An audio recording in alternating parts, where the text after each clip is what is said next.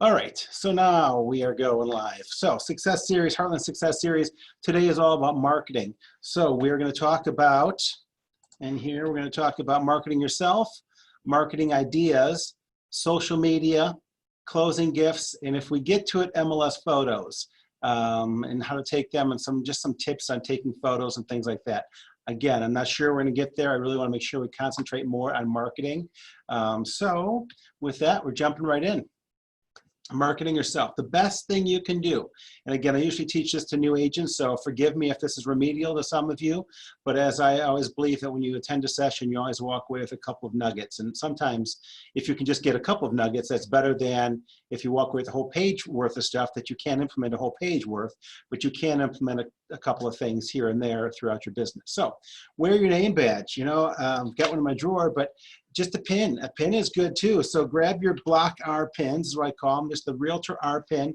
Wear your pin. No matter where you go, anytime you're ready to do real estate, you need to be wearing something on your attire that announces who you are. Now, it might be obvious if you walk into a grocery store with your name badge on, your shirt, that you're trolling for business. So maybe that's not the way you want to go, or maybe it is, I don't know.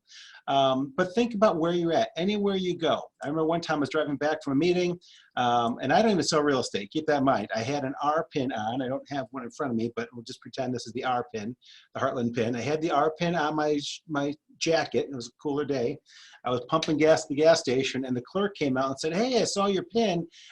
I don't know if you have binoculars or what, because it wasn't that large. But anyway, saw your pin and wanted to know how the real estate market's going. I had a conversation with them. A little odd, a little weird, but that will happen to you. And of course, they always ask you, what's the market? So we're going to come back to that question in just a moment. How's the market?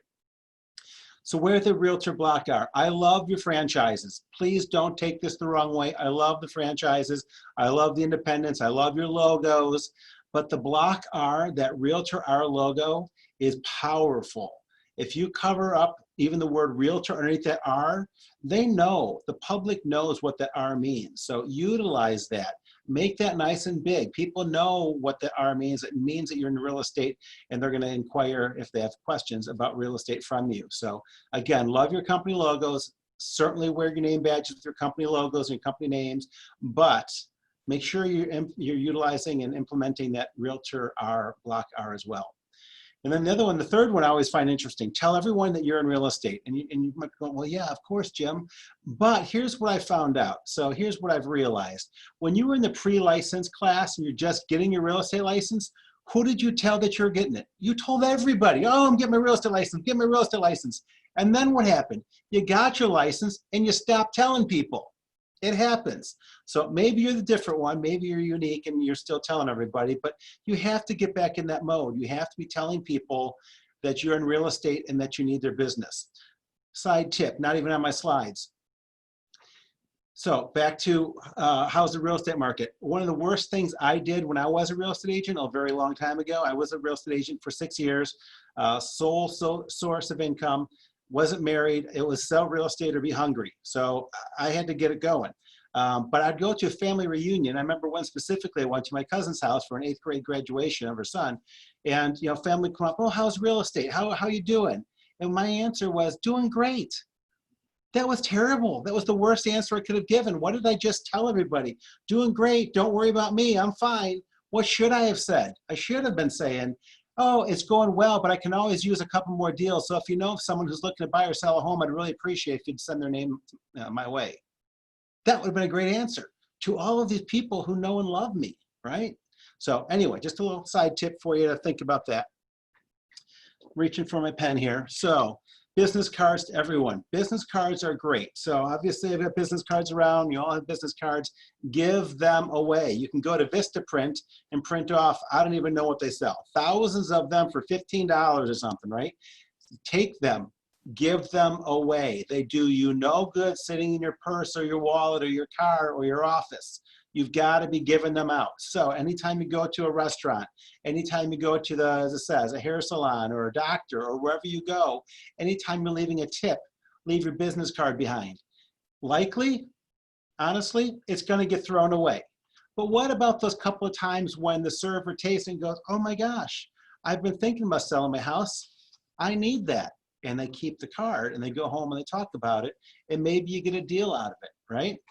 Instead of the card, how about pens? You may not be able to see this. Heartland Realtor Organization pen. It's branded. Now, I don't sell real estate, so this doesn't work as well for me as it would for you because you are a real estate agent.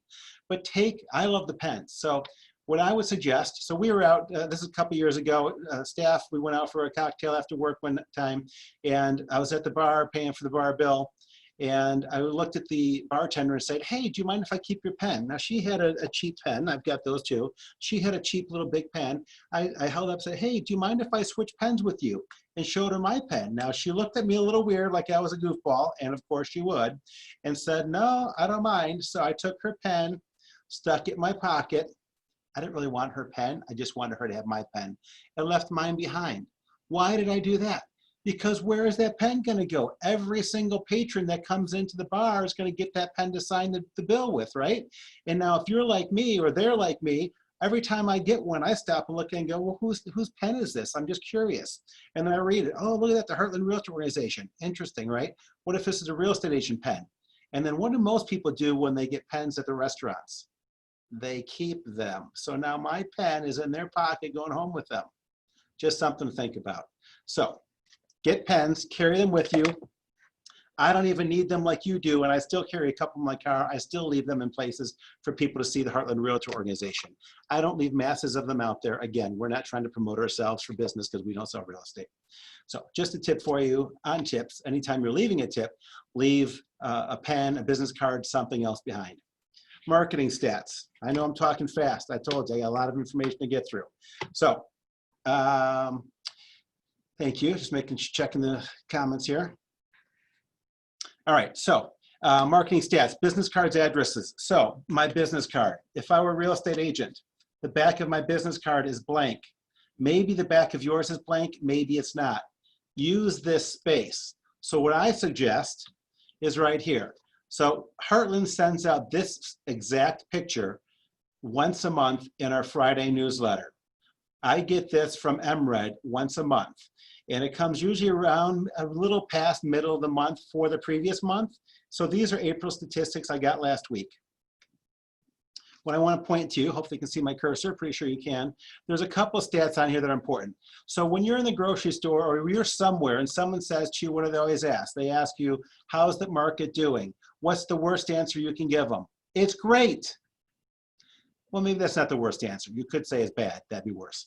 But that's not the best answer. The best answer is, well, that depends. It depends on if you're a buyer, you're a seller, and at what price range. You see, we found that the upper price ranges right now are struggling a little bit, where the lower price ranges are moving really fast. So if you're a buyer in a lower price range, you might be struggling to buy a house that you're interested in. But if you're a seller in the lower market range, you'd be doing great. So it really depends on where you're at. Do you live here in the neighborhood? Or, depending on where you're at, the grocery store. Do you live here in Crystal Lake? Great. Can I help you? Are you looking to sell your home? Ask that question. Or what I suggest is put a couple of these statistics on the back of your business card. So they make those little address labels. I would get a couple of those, 4 or 5. I wouldn't print off 30 of them at a time, 4 or 5 at a time. I would put on there some of these statistics. So people always want to know, well, what's the average sales price? It doesn't matter if you use the median or the average. Pick one of these. It doesn't matter. Oh, the average sales price is $236,967. It's down 0.6% from last year, same month. Now, obviously, this is a whole different year than last year was because of the COVID and all of that. But this is important. So you put on there, I would put on the average sales price or average list price if you're a listing agent. Doesn't matter which one you put on there. But most importantly, I'd put on these next two, which is the percent of original list price received and month supply of inventory. My opinion, you need to know these statistics well. Now, here's what also I'll say about this. This slide is for the county statistics. This slide is too generic. It's like saying it's raining in the United States today. Who cares what's happening to most United States? What we care about is what's happening here in Crystal Lake or what's happening in your hometown, right? Same thing with this slide. Even this set of statistics is too broad. Being McHenry County, no one lives in McHenry County. They live in a town or a subdivision or on a street. So narrow this down as best you can. So if I work the Crystal Lake market, I put Crystal Lake statistics on the back of my card. If I went to the Crystal Lake grocery store, that's what I have on my card. So let me go back to this. So everybody understands average sales price, average list price. I don't think I need to explain that. I hope not. But let me explain percent of original list price received, because I think this is the second most important statistic. And I'm going to get to the number one in a second.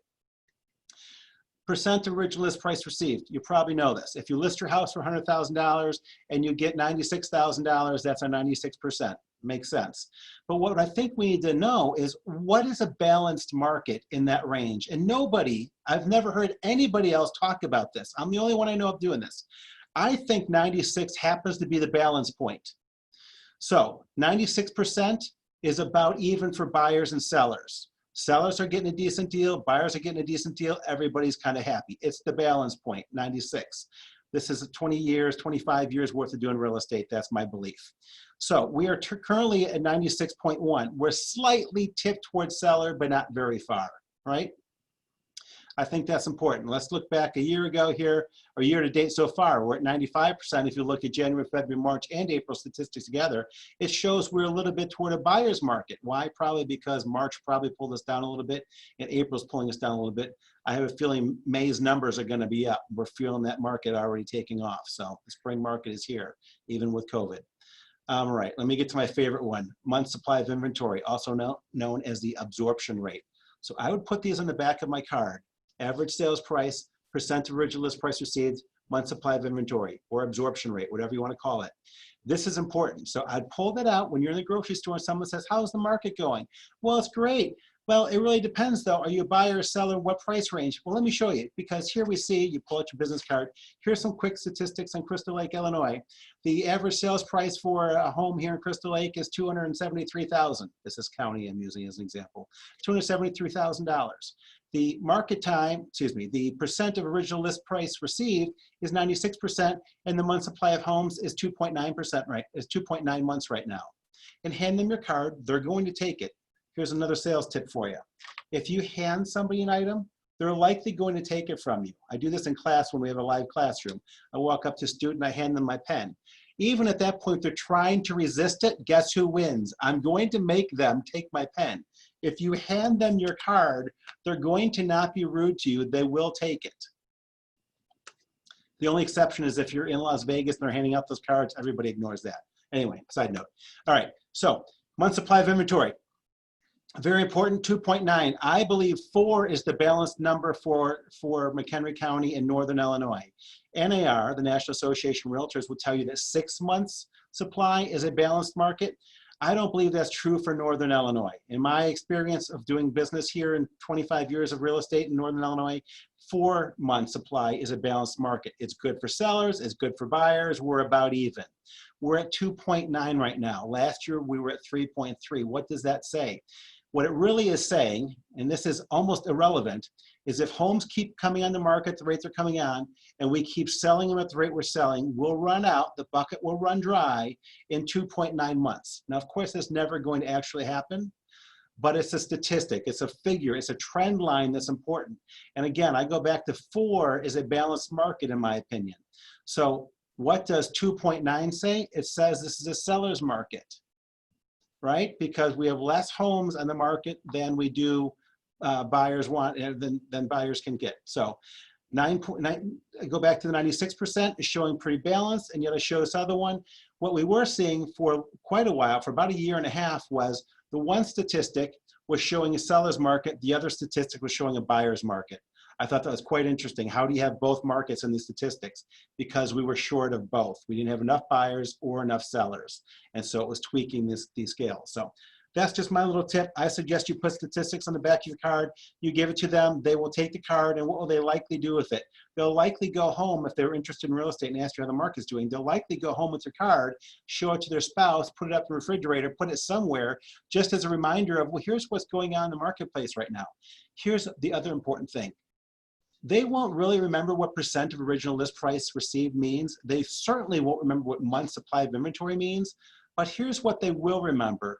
You know the difference. You know why those are important, and you're the only agent who's ever talked with them about this.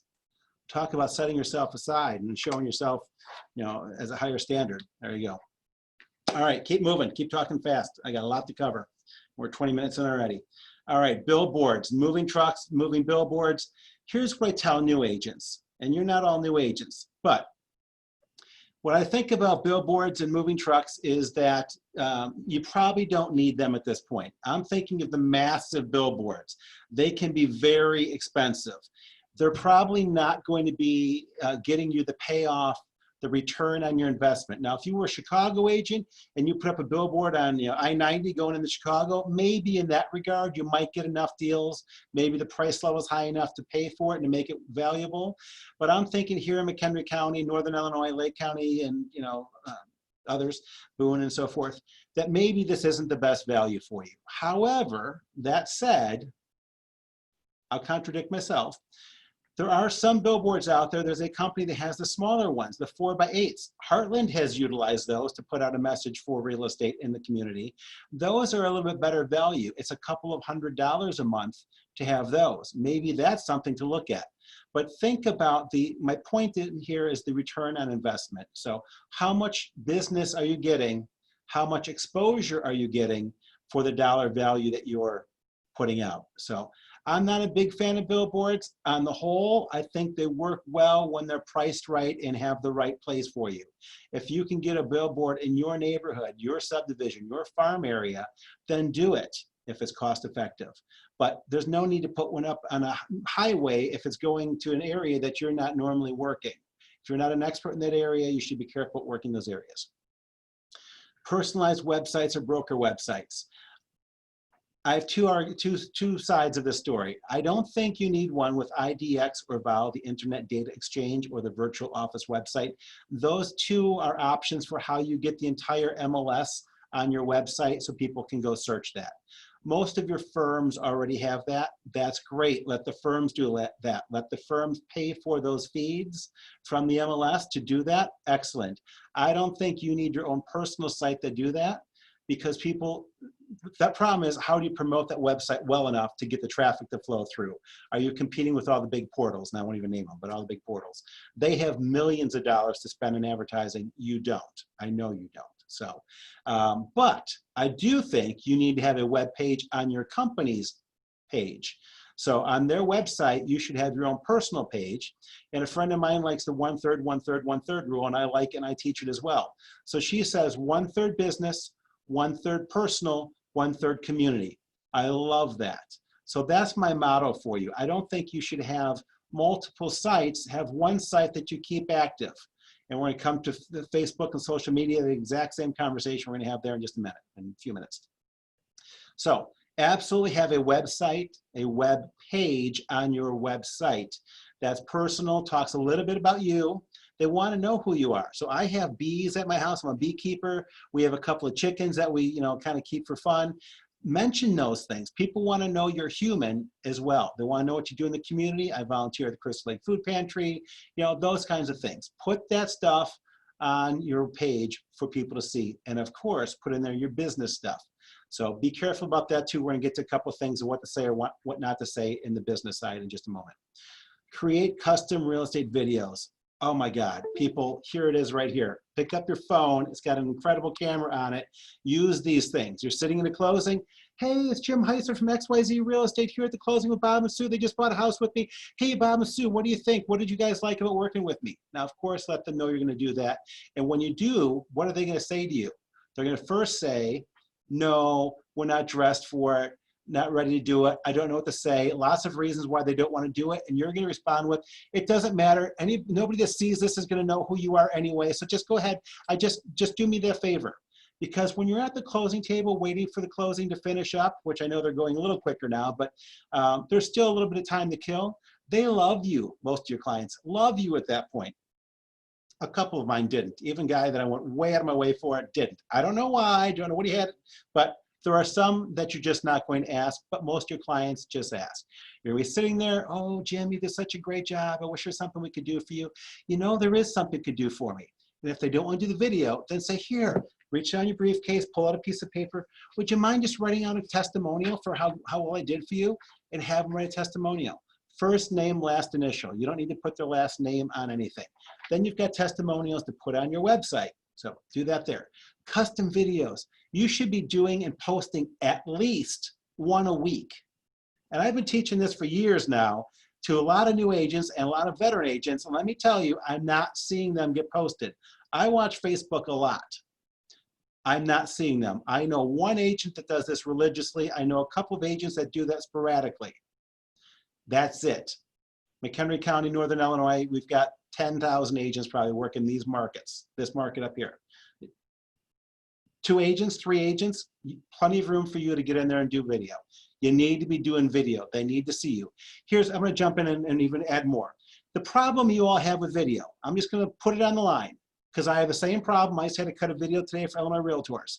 The problem we have is we don't like what we look like. We don't like what we sound like. And when we hear our voices or we see our picture, we think to ourselves, that's not really me, because our voices bounce around in our head before we actually hear it. When you hear my voice, you hear a different sound than I hear. When we hear ourselves or we see ourselves, we don't like it. I look at videos of myself, and I go, oh my God, I'm not really that bald, am I? I'm not really that fat, am I? I'm not really that tall, am I? Or whatever I think is wrong, right? But here's the thing you have to remember. When I walk into a room, you just simply say, Jim's here. And you accept me for whoever I am, however I look, without too much criticism, I hope. That's a joke.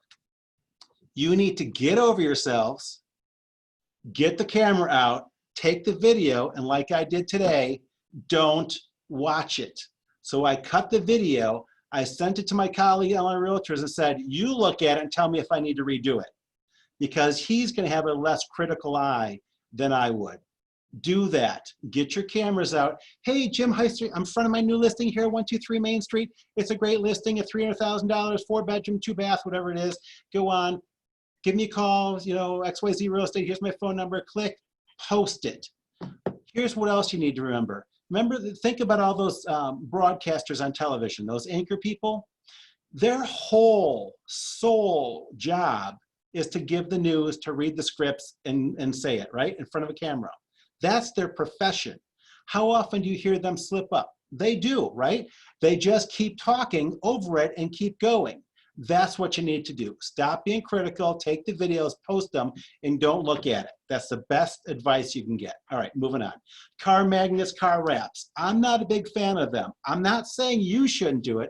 I'm saying I wouldn't do it. Sometimes I don't drive very nicely. I admit it. I'm guilty. My wife would admit it. I'm guilty. So when I'm driving down the road and I'm not driving very nice, I'm cutting people off here and there. I'm not a crazy maniac, but you know, I have done a few things. I'm not so sure I want to tell people on the outside of my car who just cut them off. We were on vacation, we had rented a car, we were going to go see some family, we're driving down the road, and this guy comes by me in this work van, and he's flipping me off for about 2 miles, I'm not kidding you. And I looked at my wife about a mile into it, not even knowing it was going to be another mile. I looked at my wife and said, I really don't know what I did this time, because usually I know what I've done. And she said, I have to agree, I don't know what you did this time. So I'm thinking to myself, and my kids in the car, I said, so what do you think? If we lived in this town, would we be using that company for our business? Probably not, right? So think about it. Car magnets, car wraps. I would, yes, I would get car magnets for my car. Here's the thing you have to think about. When do you want to use them? When do you not want to use them? There are times when you do not. If I'm going to go on a listing appointment, I may want the listing, I may want the magnets on my car, or I may not. If I'm not 100% sure I'm getting that listing, I may want to not have the magnets on. Here's why. I pull up and I park in the driveway and I have the magnets on. I go in and I don't get the listing immediately. They want to fix up a couple things. They want to paint the room. They want to do the whatever before I come back next week to take the listing. And then I leave. And what if the neighbor had seen my car out there with the magnets, which is the reason why you have it on. But what if the neighbor is a part-time, I call him hobbyist, real estate agent? Or even a full-time real estate agent. Doesn't matter how much business they do. And the people that you just talked to didn't want them to know that they were going to list their house. But now they saw your car. Hey, neighbor, I see you had Jim over to list your property, or over there. Are you looking to sell your home? That might cause them trouble. So just think about it, is all I'm saying. Not saying don't do it, not saying to do it, think about it. But here's another scenario. If I'm going to go to a big condo complex, because I sold a lot of condos in my day. That was my main thing. $70,000 condos in Vernon Hills, they were mine. If I pull up to a condo complex and I have my name on the car, magnets, that would be a good thing, right? Nobody really knows which one I'm going to. I mean, they can watch, they know which building, but they don't know which unit. Maybe that's a place you do want them. So think about car magnets, car wraps. Do you do it? Do you not do it? I don't know. You decide for yourselves if it's something you should do or not. Follow up with all past clients. Key, critical. If I had a list of top things to do, that would be at the top. Most of your past clients love you. The problem most real estate agents have is they forget to follow up, and the clients don't remember who they used to buy that house 5 years, 7 years, 10 years later. You failed to follow up. You failed to keep your name in front of them. They would like to have reused you. They just don't remember your name. So follow up with all past clients. That's important. They are likely to give you future business. I wasn't in business that long in real estate, 5.5, 6 years. And I would have to guess there was a good 20, maybe 15% of my business that was referral based from past clients. That's a big piece of business. You do not want to lose that piece. That's extra business you want. All right, use MRED's prospecting tool. So MRED, connect to MLS. Go in there, there's a prospecting tool. You can put your clients in there. Now, some of your firms also have this ability. So your firm database, your firm software, you can load that in, and it also feeds information and then sends out. So you're going to put your buyers in, you're going to put their criteria, looking for $300,000, 2 bedroom, 1 bath in Crystal Lake, and it'll send it out to them. That's great. Make sure your clients are getting dripped on, because your name is embedded in there. That helps them remember who you are, and how to contact you. MRED's reverse prospecting tool is a little kind of a secret. Not every agent knows about this. I'd almost put this in the 201 class. MRED's reverse prospecting tool. So that is where you, as a listing agent, have listings in the system. You can go pull up this tool and email to agents who have clients in the system who have listings that match. So what if your listing's been out now for 10 days, we'll say. So they got blasted once with it when it was brand new. It came through the prospecting to them. But now you're 10 days in and you like to just make sure everybody knows about it. You can use the reverse prospecting tool to let those agents know.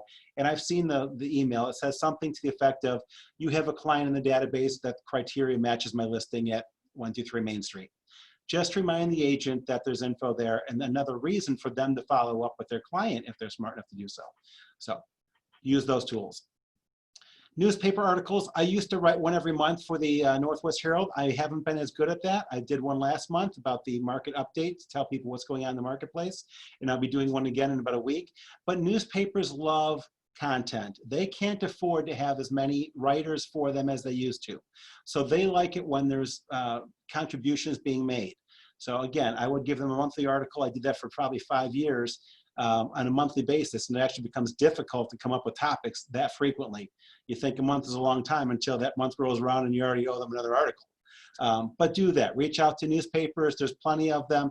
I'm with the Northwest Herald. They will take one from you as well still, but please don't bump me. There's other newspapers, and including McHenry County Living Magazine. So they are looking for people to contribute there. You could do that with them on a quarterly basis, I bet. So reach out to them, ask them if they'd like to do that, and then become their writer on the real estate column. I've been teaching this portion, that specifically, for years. No one's taken me up on contacting McHenry County Living Magazine. Don't know why, but they haven't. All right, what else have we got? Next slide, click, click.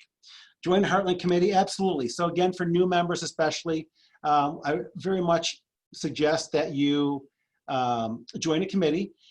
Not so much, there's two sides. So two sides. One is you're going to brainstorm ideas. You're going to hear what's going on in the industry. You're going to be sort of in the know of what's happening, because we do here at Heartland know a lot about what's happening in the industry, trends, marketplaces. Often we're the first to hear about these things.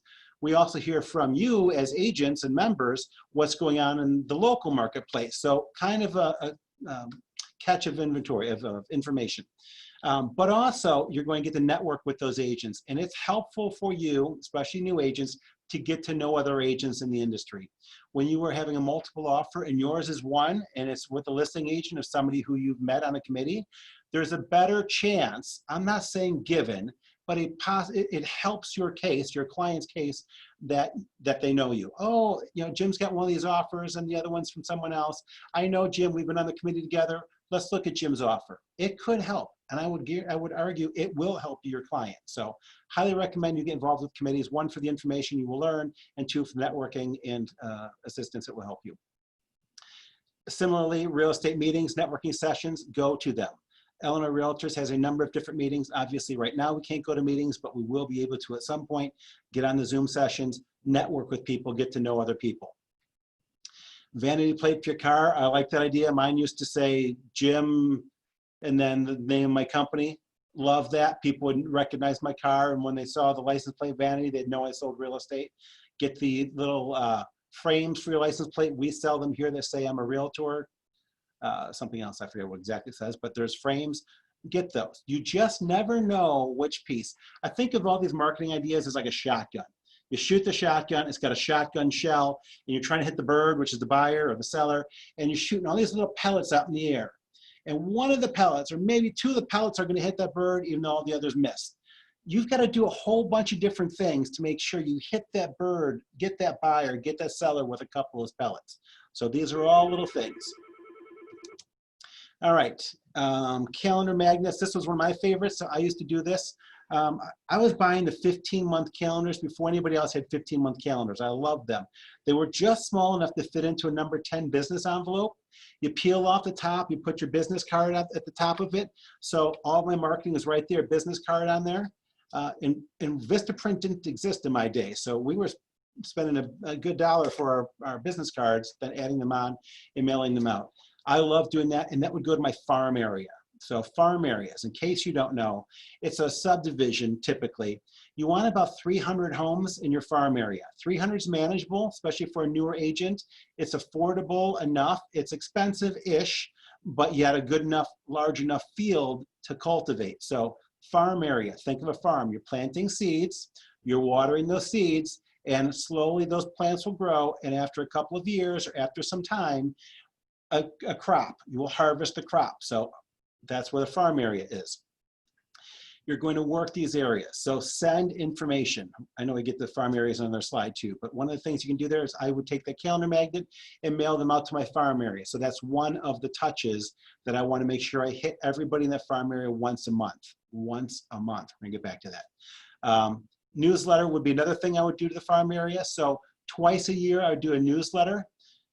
I'd like to do them 3 times, but a newsletter is a lot of work, and understanding that sometimes putting these things together distracts you from actually doing the business. So again, weighing the return on investment, return on your value, how much time you put into these advertisements versus how much time to actually pick up the phone and calling people. So newsletter. If I were to be doing one, or when I was doing them, I would reach out to a local business. So there was a place in Mundelein where I used to live, Hong Kong Chop Suey, my favorite Chinese shop. So I would go to him and I'd say, hey, Mr. Hong Kong, obviously not his name. I come here all the time. I enjoy your food. I'm wondering if it'd be okay, and bring him a copy of your article, of your newsletter. I do this newsletter twice a year. This is the business I did last time. I'm wondering if I can do your business this time. Would you like me to put a coupon in there? You know, free egg roll when you buy an entree, something like that. He gave those away all the time anyway. So I wasn't asking to do anything extra, but just something a little extra to put in there. Now, you could ask them for a fee to do that. I wouldn't. I'd make that a benefit to him. And heck, who knows? This guy might own property too. Maybe when he wants to sell, guess who he might call? If I charge him for a fee for that, maybe he doesn't call me. I don't know. So I would give it to him for free, not telling you what to do. Go to your favorite business, ask them permission, ask them to put that little business coupon in there. Coupon or not, it could just be an advertisement for them as well, and then you send it out. Your clients, your farm area is going to get used to looking for that magazine, that little newsletter from you every so often, and I would put on there how frequent it comes, quarterly, first half 2020, something like that, so they know how often to expect it. And then, of course, you have to deliver on what you say you're going to do. Here's an extra tip. You want an extra free tip? No extra charge. If you just do what you say you're going to do, you will be better than 95% of your competition.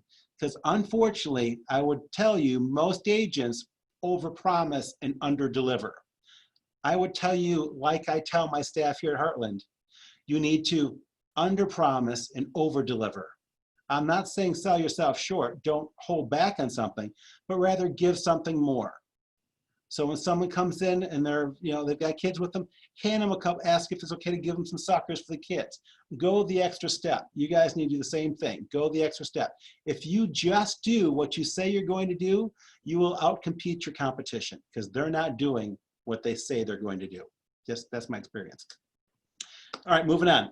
Handwritten note cards to prospects, other agents. Absolutely. So I pull out 5 cards a month that I handwrite a card to someone. It's usually a colleague of mine, an association executive at another association. I do those most frequently. That's who I'm typically doing it for. But sometimes it's real estate agents. Sometimes it's one of our members or committee member or an officer or director or somebody else. But that's important to handwrite a note card, even though my handwriting isn't always the best. Still handwrite it. I actually print mine because you wouldn't be able to read my writing. I print my cards and send them out. I was just on an NAR committee. I was the chairperson from NAR committee. It just ended last month. I hand wrote 24 cards and mailed them out to those people. Why? Building your reputation. It's less important for me to do that. It's extremely important for you to do that. What's important? Why is it important for you? Building a reputation, and back to what I said earlier. What if you are in a deal with another agent and it's somebody you've met once before, you've sent them a handwritten note card, they're going to remember you fondly, probably. Even if it's an agent on the other side of the closing, because that's what I would do. I would take those agents on the other side of a closing deal, of side of a transaction, and write them a handwritten card. Even if the deal didn't go well, even if you really didn't like that agent, hey, it was nice doing a transaction with you. So great to meet you. Can't wait to do another deal together again. Sign it, put your business card in and mail it to them. That's classy. That's really classy. All right. Birthday cards to clients and prospects. Oh yeah, you betcha. So I had a client and they had a young child. This couple bought 4 homes from me in 5.5 years, and they lived in all of them. One time they moved across the street to the same model. I actually thought they were probably running from the law or the IRS, but I don't know that that's the case. I don't know why they did this, but they were going to buy a house from someone, and I was glad it was me they were buying through. But they had a young son, and they were an Indian couple, and I remember them clearly. So apparently in India, you use titles backwards. So instead of him calling me Uncle Jim, he called me Jim Uncle. So I knew that they would come buy a donut at the donut shop in our little strip mall my office was. Every Saturday morning, they'd come buy a donut. The father and the son would go get a donut. So guess where I was every Saturday morning at 10 o'clock? Sitting at my desk. Because what would happen? They'd go over on Saturday morning, they'd get their donut, and they'd come, and I'd hear the front door open, the little bell, ding dong bell, and I could hear, Jim Uncle, Jim Uncle. And he'd come running down the hallway and find me in my office and come, give me a hug or whatever else. Oh yeah, 4 deals in 5.5 years. That was worth it. Do you think he got a birthday card every year? Absolutely. $25 gift card to Toys R Us. Absolutely. Well worth it for me. Think about how you're going to do that. My next favorite one, actually more favorite even than that, anniversary cards. So it can be a wedding anniversary card, but I'd make an anniversary card for your move-in date. So send them a card for the date that they purchased their home. Hey, can you believe it's been a year already? Happy anniversary of buying your home. And I'd make this one of the contacts for my clients, for my follow-up with my past clients. So I talked about hitting every one of my farm area once a month. You've got to hit your past clients at least 4 times a year. And one of them is this one. So you call up, hey, it's Jim Heiss with Real Estate. How are you doing? Great. Happy anniversary. And you're talking to the man, he's going to freak out thinking he missed his anniversary, wedding anniversary. And then you come back with, yeah, it's been a year already since you bought that home. Can you believe it? And you're going to think some relief and you laugh a little bit and you go on, hey, just checking with you. How are things going? Everything good? Excellent. Well, I just want to check in, make sure you're doing well. If there's something I can do for you, if you have any questions about real estate, you know who your guy is, right? Make a joke of it if you want. However you want it, however your personality is. But reach out to them. I love the move-in date contact. All right. Postcards. So back to the farm area, how else can you touch them? Go look online. I used to use a company called Lentz Design, L-E-N-T-Z. I don't care who you use. I get nothing from them. Just that was who I used. There's plenty of them. If you put in their search engine, real estate postcards, you're gonna get a ton of them. You'll get some that are holiday cards. You'll get some that are recipes. You might get a sports card. I don't know. There's lots of different options. So I would buy a year's worth of cards, meaning 12. But I wouldn't mail all 12 in the first year. I would mail 4 of those cards and then hold 4 for the next year and 4 for the next year. I could get 3 years worth out of one order.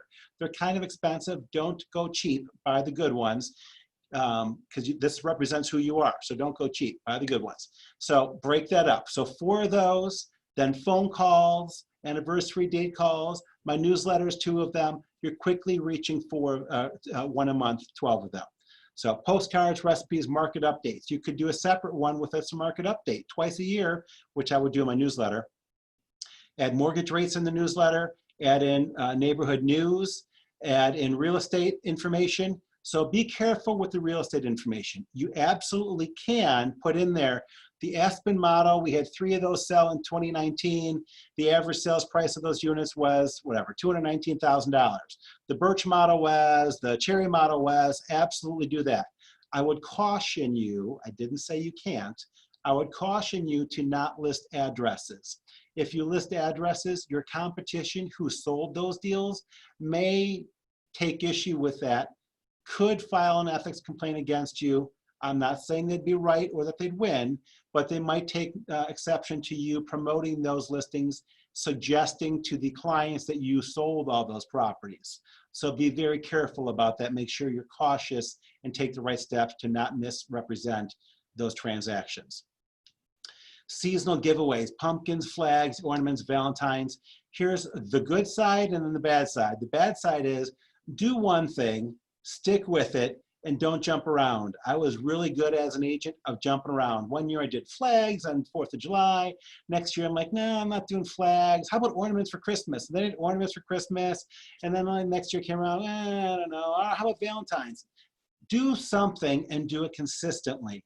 It's going to take a farm area 3 years-ish to start producing fruit.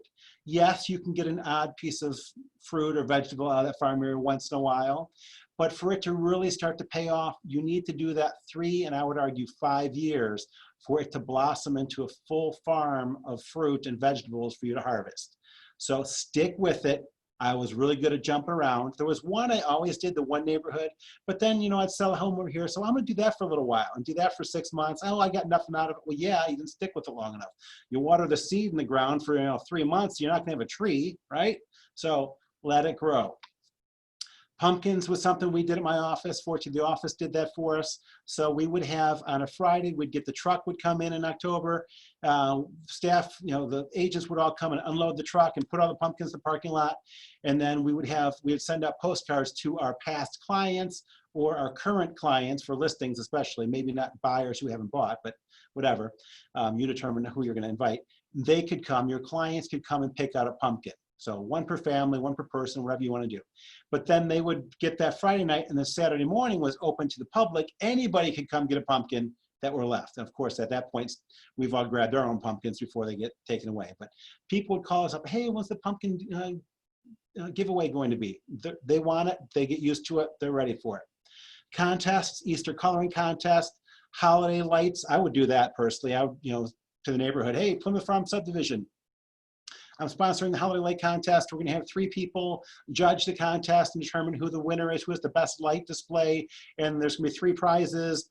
First place is a $100 Home Depot gift card, second is $50 and $25, or whatever you want. But here's one of the keys. You can't be one of the judges because someone's going to be upset that they weren't a winner, and they're going to hold it against you or the judges. So you don't be a judge. Get the mayor, get the village president, the president of the subdivision, get somebody else, but not you. And of course, it can't be people that are in the contest. Garage sale signs. I love this one. I would do this one. But again, be consistent. You want to make sure you have a consistent message. Just checking the clock. See where we're at, 45. So garage sales. I would be the sponsor of the garage sale. So, the first weekend in May, everybody knows I do the garage sale.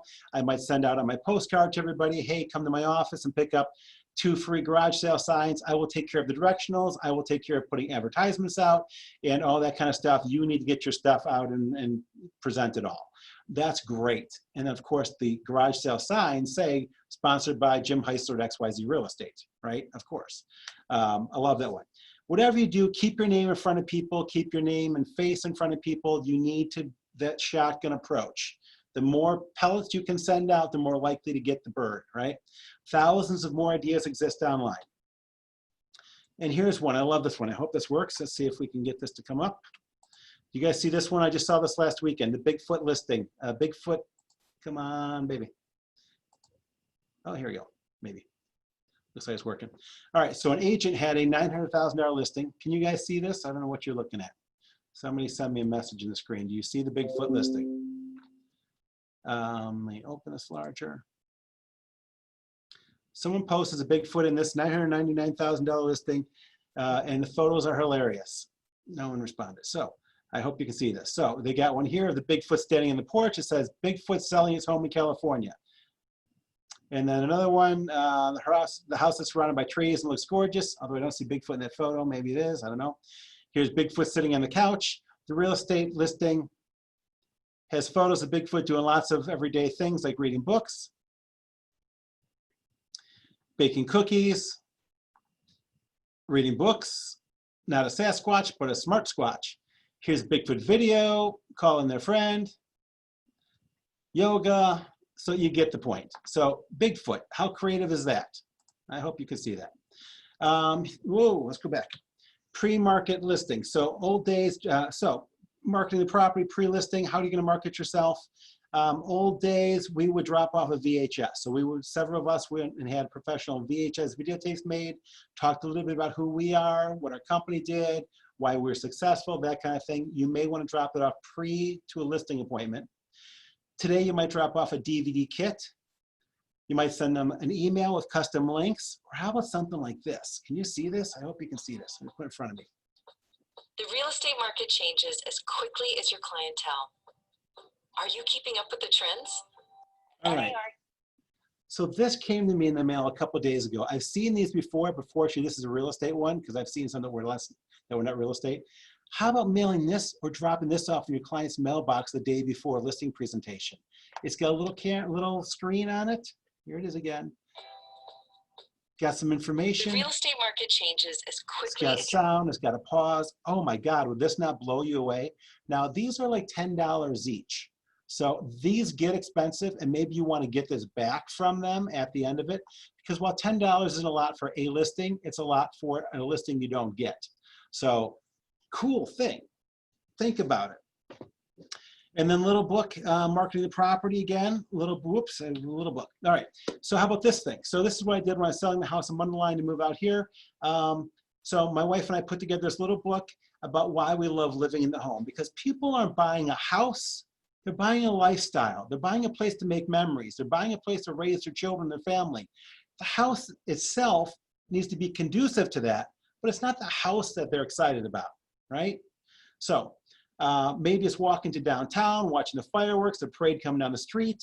List everything that you loved about it. So that house that I'm talking about, these were from that. We could sit in the backyard with the folding chairs, having a nice beverage in our hand, and see the fireworks from the show. That's pretty cool. You didn't have to go walk in and go fight people and go drive and park and all that stuff right there. The kids' parade. So the school was, my house faced a house. Behind that house was the school. So the school would do their October Halloween parade, and they'd come marching down the street, and then they'd go back around to the school. I don't know why. That was cool. No other school did that. I doubt they're doing that anymore with the way the world is, but just a neat little thing. So put in there what you like. Also have a couple pages listing favorite restaurants, dishes that they love at those restaurants, what you're going to miss about moving away. Build some reason for those people to buy and move into that home. I would say include coupons if possible. Attach it to the counter. This sounds a little silly, but I like the perception of it. So you punch a hole in it, you put a string to it, and you tape the string to the counter, and you're right in the front for the buyer of this home. And you have coupons in there. And the people might want those coupons. Wow, we buy this house, we're gonna get some coupons. It's not gonna push them over the top to buy that house, but if they were already interested in the house, it just puts a creative, happy, endorphin mindset in their thoughts about that house. It's a good feeling kind of house. So people want the experience and to build memories. The house is just where it all happens. All right, social media, as we're running out of time. Again, I'm gonna come back to Twitter, Google+. There's a whole bunch of stuff. There's new stuff that's not even on this slide. What you need to know is if you're going to do it, you need to keep it current. If you're not going to do it, should you even be doing it? So I've got a LinkedIn account, and for years I hadn't touched it at all. I tried to actually cancel it at one point. I couldn't even figure out how to cancel it. It was hidden somewhere. I couldn't cancel it. So only recently did I go in and update it. But for years it sat pretty much blank. I never updated it. I don't know if it said even work here. I don't know what it said, but it's been updated now. But if you're going to have something, you need to keep it up to date. Otherwise, you shouldn't have it. We have a Twitter account here at Heartland. We don't tweet messages. So I always find it interesting when I get this email saying, so-and-so is now following you on Twitter. We don't tweet. So, okay, we probably shouldn't have a Twitter account, but we set one up a while ago. And so Facebook, business pages, personal pages. So some people want to have two separate pages. Great, I have no issue with that. Business page, you do all your business stuff there. Personal page, all your personal, and you lock down your personal page that only people that you invite in or you accept can see it. It's not public. That's what I would suggest. But I'm not sure you're going to keep two pages active, rather one. So I go back to the 1/3, 1/3, 1/3 of community, business, and personal. If you have one page and you do those three things in there fairly equally, one page is easier to keep going and active than multiple pages. Like other people's pages. So Facebook, the key to Facebook. And by the way, the cool kids, the young kids are not on Facebook. My 16-year-olds are not on Facebook, don't want to be. That's passe, that's old people on Facebook. That's me on Facebook. They don't want anything to do with it. They are on Instagram and Snapchat, that's it. So you need to be where your clients are. If you're going after younger buyers, you need to be on Instagram and Snapchat. If you're going after middle-aged men, then be on Facebook.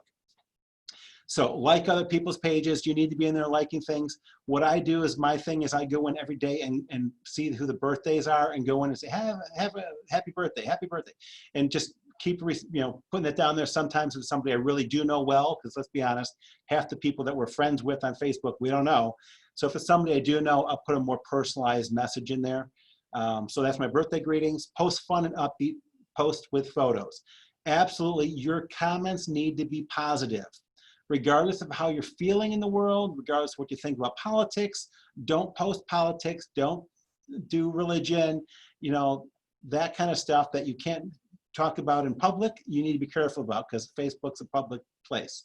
So be fun, be upbeat, and post photos. And I would tell you again, videos need to get posted there. Comment positively on people's posts. You need them to feel good about you. If you do negative things and you say negative things on Facebook, people are going to be turned off. Get testimonials and publish them. Closing gifts, just briefly, because we are sort of running out of time. I don't have the all-encompassing answer for closing gifts. So how much do you give? Is it 25, 50, 100, 250? Of course, it depends on the deal. You sell a $100,000 home, you're not giving them a $250 present. You give them, $25 or $50 present. I like the hardware store gift cards because everybody needs a hardware store gift card, regardless of, what kind of home they bought. Even if it's a second home, they already have a first home, they need something. So hardware store gift card is great. Doesn't matter which one. Get a store that's near that property, of course.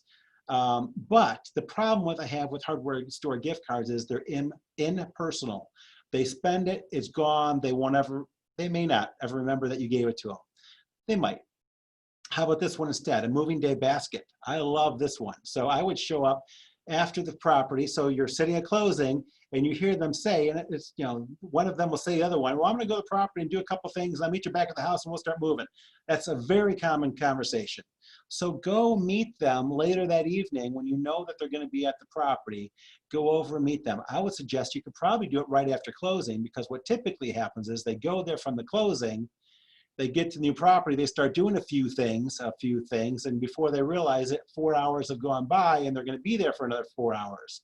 So bring them a moving day basket, have moist towelettes, have toilet paper, soap, paper towels.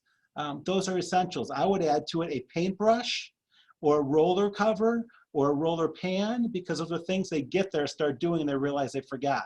A couple of towels, meaning rags, that might be good. Or wait a month for follow-up visit and bring them something tangible that keep your name in front of them. So a real estate agent that I used, because had bought me a Cutco knife from my wife actually, but so really nice, expensive kitchen knives, and it has her name embroidered or whatever, engraved on it. So every time my wife goes to use that knife, Guess whose name she sees? That's right, real estate agent name. How about painting of a home? There are emails I have been getting that take a picture of a home and can turn it into an oil painting. That's pretty cool. Now, I don't know if I'm doing a $100,000 home, but a $500,000 home, yeah, probably. You can get that for under $100, and it's a great gift. And you can have a little engraved placard put on there, you know, donated or given by or gifted by, and then your name. Ask your brokers for ideas and company branded things that they might have. Of course, be aware of rest bus. So if you're going to have an affiliate member provide you things to give as a closing gift, just be aware that you're not in violation of the Real Estate Settlement and Procedures Act. All right, so finishing up this section, and we're pretty much on time, is close, close, close. I want to end each of these next 4 segments, 4 weeks, with this slide for the most part. So I'm going to put this in the middle. I got a couple more things I want to just touch on, but close, close, close. I just can't tell you enough. If you're a new agent especially, you need to know that you need to be closing deals. And so if you're on the listing appointment, I would just tell you, keep closing, close 3 times, then close again, keep closing until they kick you out. Seriously, you need to be selling property. Here's what I will also say, especially to new agents. They would not have called you in, they would not have called you up to see property or for you to see their property if they weren't interested in doing it. So you're not trying to talk them into something that they weren't going to do already. You know, it's not like your salesman that went up and knocked on their door and then they answered the door and now you're trying to convince them to sell their house. They called you for a reason. They have an interest, but they're concerned. They've got, you know, questions. They're scared. This is a huge transaction. Anytime someone moves, there's a lot of fear with that. You need to help them overcome those fears and anxieties. So close, close, close, and then close again. And I've got more tips for you next week as well. So I do want to close here, and then we're going to cover it. I'm going to turn off the recording. I think I am.